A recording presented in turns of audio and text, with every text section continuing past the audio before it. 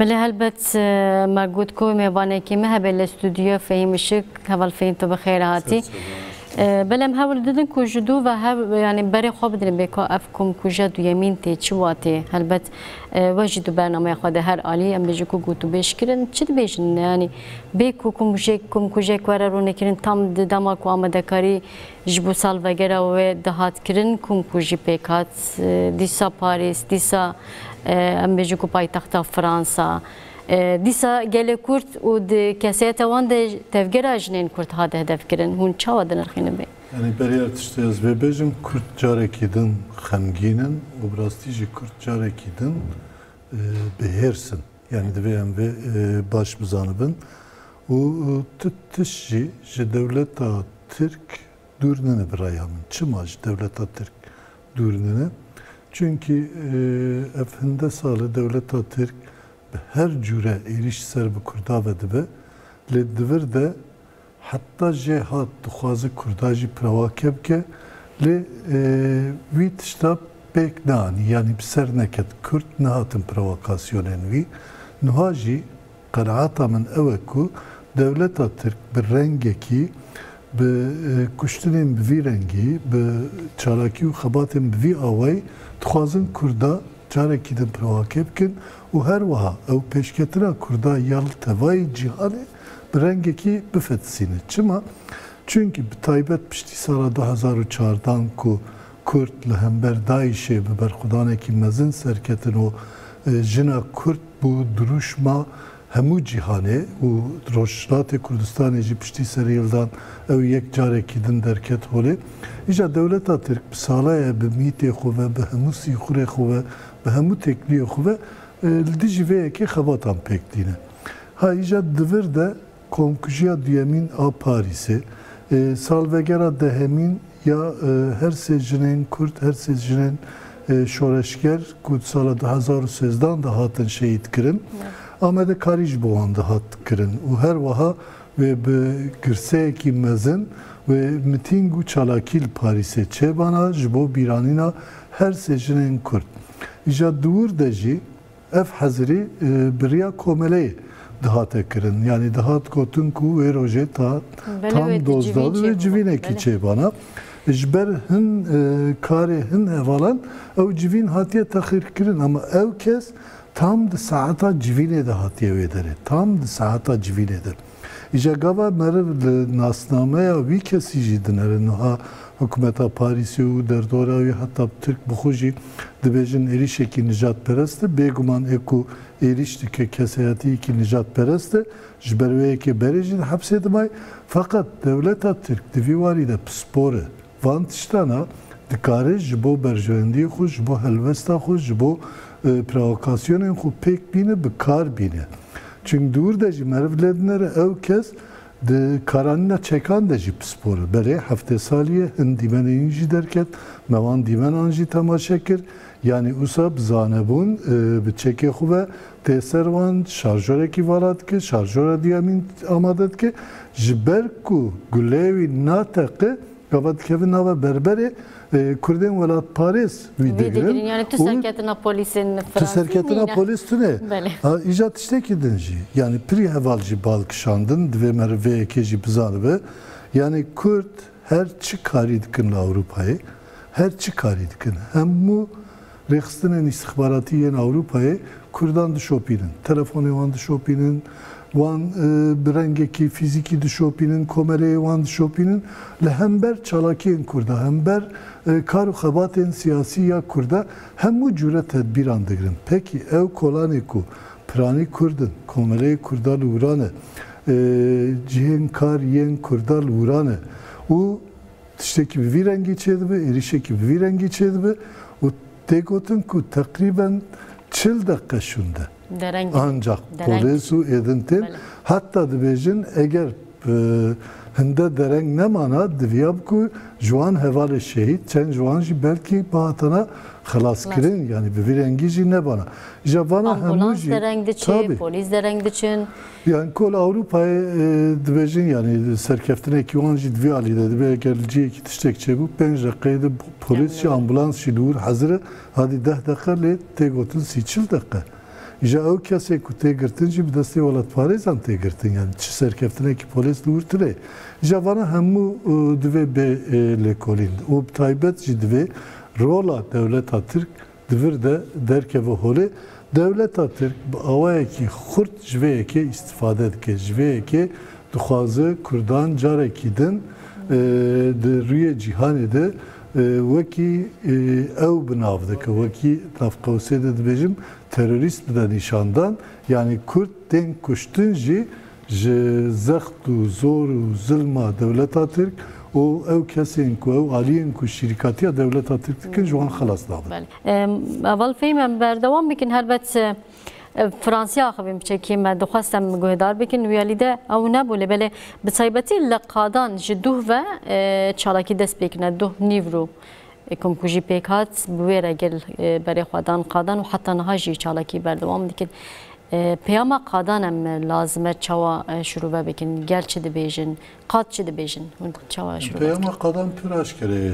Do nîvro saat 12 dib gor saat Avrupayê piştî ku ev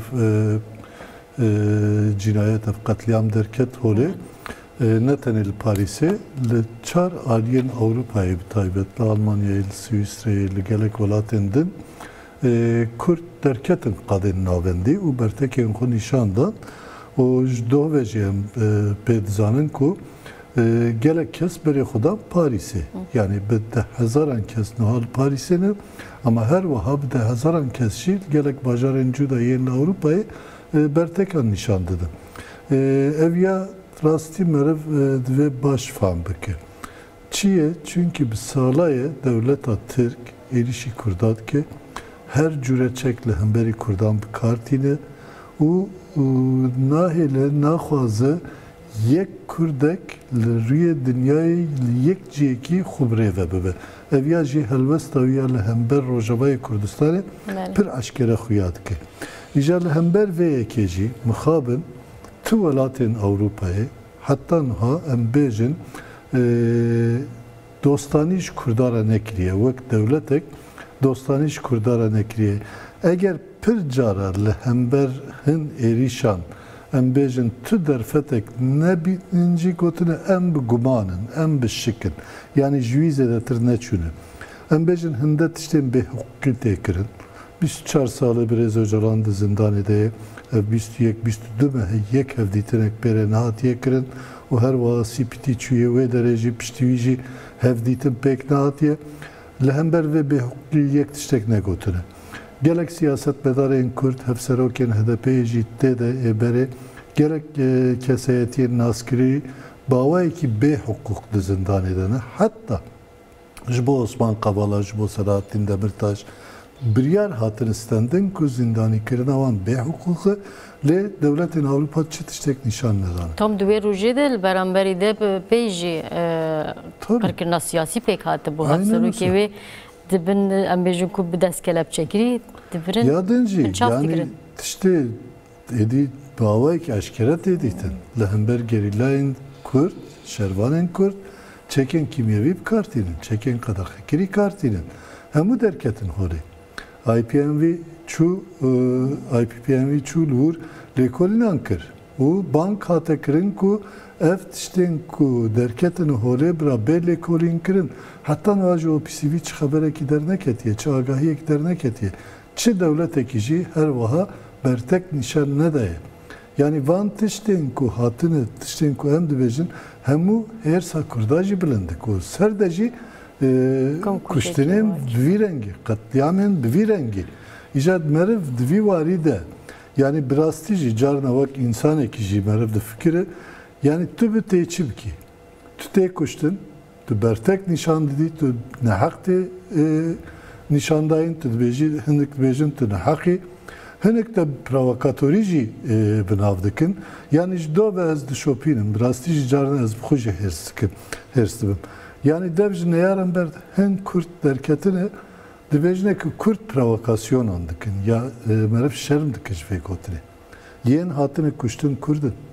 Yên bi hêrs Kurdin. Yên bi dilê wan xemgîn Kurdin û yadin jî gava dimeşin, gava bertekên xwe nîşan didin yên tûşî êrîşan tên jî Kurdin.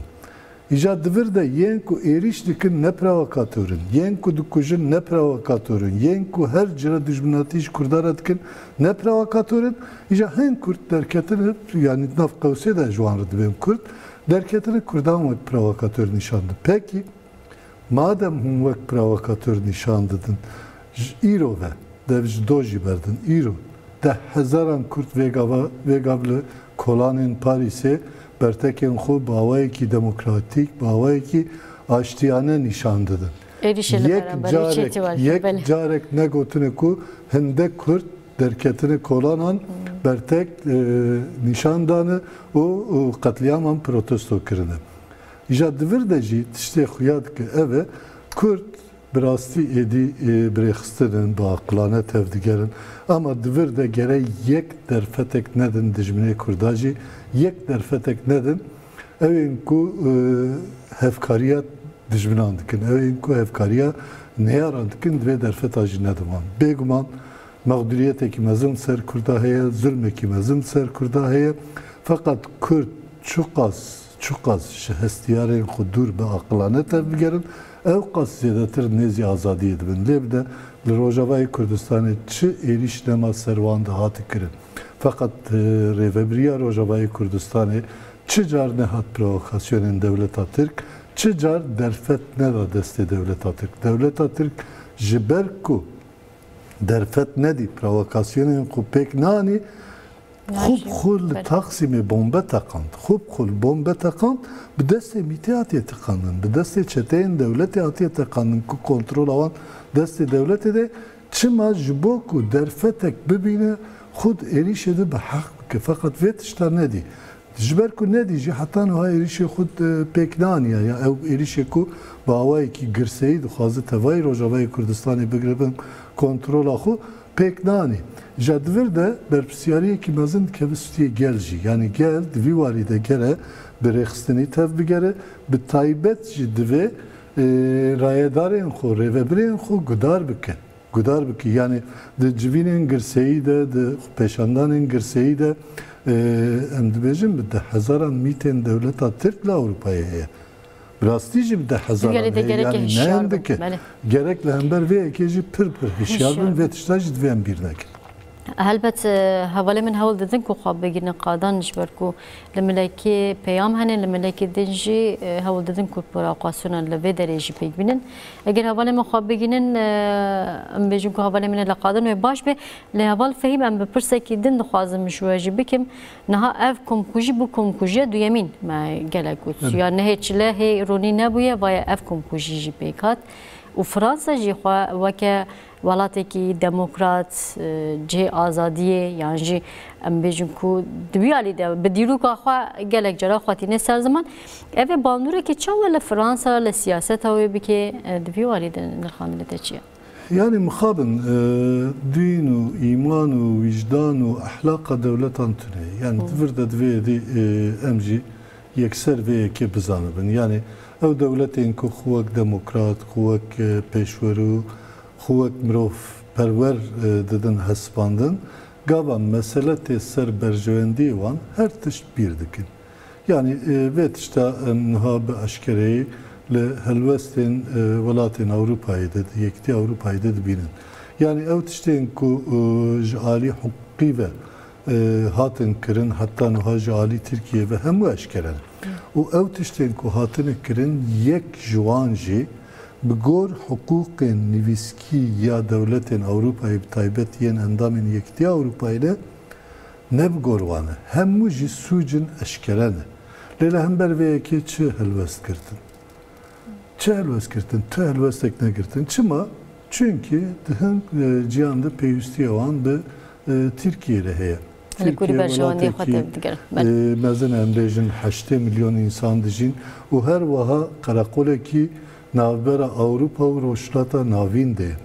Niha milyonan koçber li Tirkiye'ne ji vana gelek wan nikarin bên Avrupa'ya ji ber ku Tirkiye pêşî li wan digire. Çima pêşî li wan digire? Çünkü welatên Avrupa'yê her cüre alîkarî diwan, pere diwan yani didi devletê ku ji bo ew nê.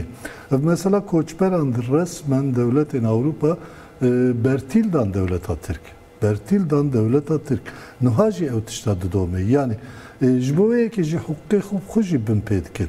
Yani wek mînak bi saleye li Başûrê Kurdistanê, li Rojhilatê Kurdistanê, li Rojavayê Kurdistanê, li Bakurê Kurdistanê êriş ser Kurdan didomin. Ew tiştên ku piştî êrişa Rusyayê ji bo Ukraynayê kirin, yek carek ji bo Kurdan nekirin. Yek insanekî ji Sûriye yan jî ji Rojavayê Kurdistanê gava berê xwe da Ewropayê bi salan koçberiya wan qebûl nekirin. Li ên Ukraynayê hêl Ukraynayê bûn sersînora ser nizanim keştiya jiyana xwe ji dest neda. Erebeyên taybet şan wan derna milyonan Ukraynayî anîn van derna. Nabêjim tiştê xirab kirin. Tiştê ku diviya bû ew bû. Lê dûr de diviya bû durûtî nekin. Hemû aliyan ravetişan. Yani Ukraynayî mağdurê şerin, Ukraynayî tundî êrîşan tên, yani bi tundî tuşî êrîşan tên Kurdistanî çi dikin? Heman şer li wê derê jî bi salan heye. Kurdistanî çi dikin? Yadin jî hê heta niha em bêjin carekî Putin çeke kimyevî bikarnaniye, çeke qedexekirî bikarnaniye. Lê Kurd bi her cure çekan re tên qetil kirin. Yani li Rojavayê Kurdistanê çeken fosfor ser insana hatin bikaranîn. Çeken misket ser insana hatin bikaranîn ku vana bi her cure, bi her qanunan, bi her peymanan hatini qedexekirin. İja divir de helvesta devletên Ewropayê mixabin helvesta berjewendiyê, îja ev helvesta berjewendiyê de jî Türk derfet dibîne. Yani Türk ji nakokiyan jî derfet dibîne. Türk jeostratejiya xwe jî ji bo vê yekê bikartîne. O tabi Türk her wiha taciriya gel van devletên Ewropayê jî bi rengekî xurt kartîne bi taybet bi Almanyayê re. Bi kinahî jî em çapemenê cîhanê çawa dît ev bûyer bi rastî li gorî heqîqetê nêzik bû yan jî dîtina wan tu çawa şirû vedikî? Yani do piştî qetliyam pêk hat bi rastî hemû ajansên cîhanê û her wiha çapemeniya Fransayê gelek weşanên li Ewropayê yên biyanî yani yên Ewropayî jî dîtin. Fakat wek bûyerek dîtin yek. Ya duyemîn jî piranî agahiyên fermî yên devleta Fransayê dan. Yani em bêjin yek ji wan berê xwe neda Kurda, raya Kurda bi rengekî dûr de neanîn ziman. Yani aliyên mağdur ku aliyên hatiye qetilkirin Kurd bûn, ew nehatin dîtin. Fakat ji Macron bigire, hatta em bêjin wezîrê navxweyî, hatta şaredarê herêma dehemîn ya Parîsê, hemû agahiyê wan, yan jî ew tiştên ku fermiyetê de ji alî polis û dozgerî ve hate gotin, wan tiştan adan. Yani tiştekî balkeşe Kurd serî de divê tiştê de hin zelalî anîn ziman, wekî mesela gavkadin jî me xeber da ku destê Kurdan kujer hatiye girtin û nêzî nîv saet 40 deqe şûnde polis û ambulans hatine wê derê. Fakat di çapemeniya cîhanê de jî, çapemeniya Fransayê de jî wekû di heman demê de polis û ambulans hatine û wekî ku kontrol di destê polisan de û polis kujer girtiye binçav kiriye hate nîşandan û dûre dîmen jî derketin holê ku ev yek nebiviyaliye. Fakat ev jî bime nîşan dide ku yani çapemenî jî mixabin ji devletên xwe yan jî ji hestên rayedarên xwe cudatir tev negeriyan. Tabi ev ya piranî çapemenî bi vî rengî bû. Her wisa çapemeniyên ku bi rastî berê xwe dan Kurda jî hebû û ê ku rayîremanê wan nîşandan jî hebû kêm bû. Fakat di medya civakî de bi taybet pir berfirehî hat dîtin. Yani hashtagên ku ez jî Kurdum yan jî hashtagên ku ser komkujiya duyemîn ya Parîsê hatibûn vekirin, hemû di çapemeniya civakî de em bêjin medya dijital de bi awayekî xurt hate dîtin û gerek tiş jî jûr ber bi pêşveçû yan jî lûr em bêjin insan piranî agahiyan wergirtin. Yani ajansên din wek bültenên fermî ban. بله ولی فهم زور سپاس دکم تو بوی میوانه مت دم خواهش مره وقت تجربه کار خواهی گلکسی ده با سپاس دکم